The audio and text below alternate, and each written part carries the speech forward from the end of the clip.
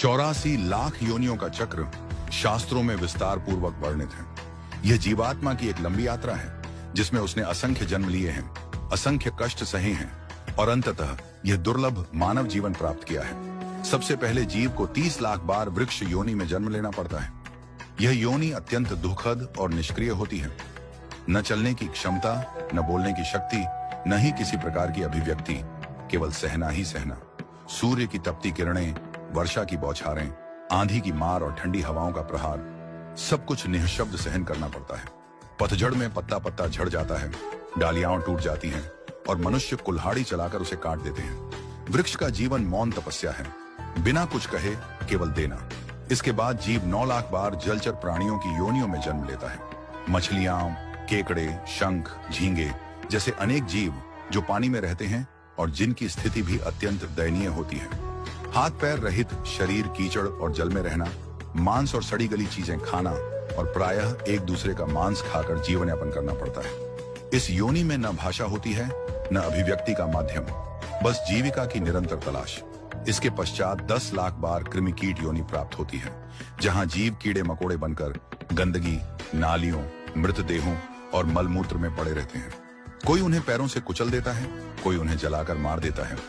इन योनियों में जीवन क्षणिक, असुरक्षित और अत्यंत तुच्छ होता है। फिर 11 लाख बार पक्षियों की योनि आती है। पक्षी जिनका आश्रय स्वयं पेड़ पौधे ही होते हैं। खाने को जोंक, कीड़े या जो सड़ा गला मिल जाए वही भोजन है। स्वयं भूखे रहकर भी अपने बच्चों को खिलाना, उनकी रक्षा करना और अंत में जब वे उड़ना सीख जाते हैं तो उन्हें पीछे छोड़कर आगे बढ़ते देखना, ये पक्षी जीवन का यथार्थ है। कुछ पक्षियों की आयु लंबी होती है जैसे काक और शकुनी, पर जीवन फिर भी अस्थिर, भयपूर्ण और संघर्षमय होता है। इसके पश्चात पशु योनि में 20 लाख बार जन्म लेना पड़ता है। इन योनियों में अत्यंत प्रकार की हिंसा, भय और संघर्ष होता है। बड़ा जीव छोटे को खा जाता है, बलवान निर्बलों को सताता है। कोई केवल घास पर जीवन व्यतीत करता है तो कोई दूसरे प्राणियों का शिकार करता है। कुछ को हल खींचना पड़ता है, कुछ को गाड़ी, और फिर भी कोई ममता या दया का भाव नहीं। बीमार या घायल होने पर बोल भी नहीं सकते, उनके लिए मलमूत्र ही निवास बन जाता है। इन पशु योनियों में गौ योनि को विशेष और अंतिम माना गया है, क्योंकि गौ का शरीर पवित्र और पुण्यदायक होता है। तत्पश्चात 4 लाख बार मनुष्य योनि मिलती है, लेकिन यह भी क्रमशः प्राप्त होती है।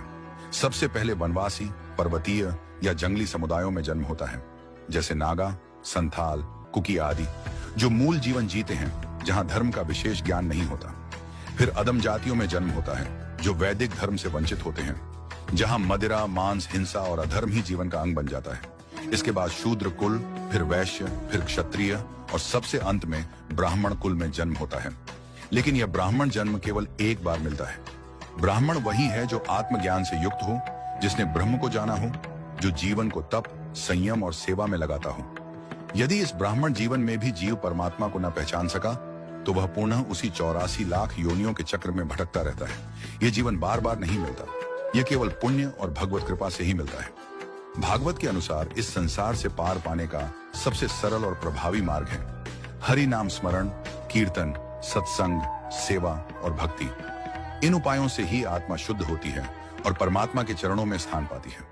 हे मनुष्य, ये जीवन बहुत कठिनाई से अनगिनत योनियों की पीड़ा सहने के बाद मिला है। इसे केवल भोग में मत घमाओ। यह अवसर केवल खाने, सोने, धन कमाने और दिखावे के लिए नहीं है।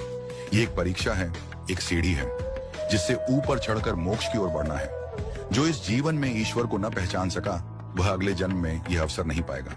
इसीलिए अपने जीवन को सार्थक बनाओ, प्रभु का नाम लो, सेवा करो, विनम्र रहो, सत्कर्म करो और इस दुर्लभ जन्म को भगवान के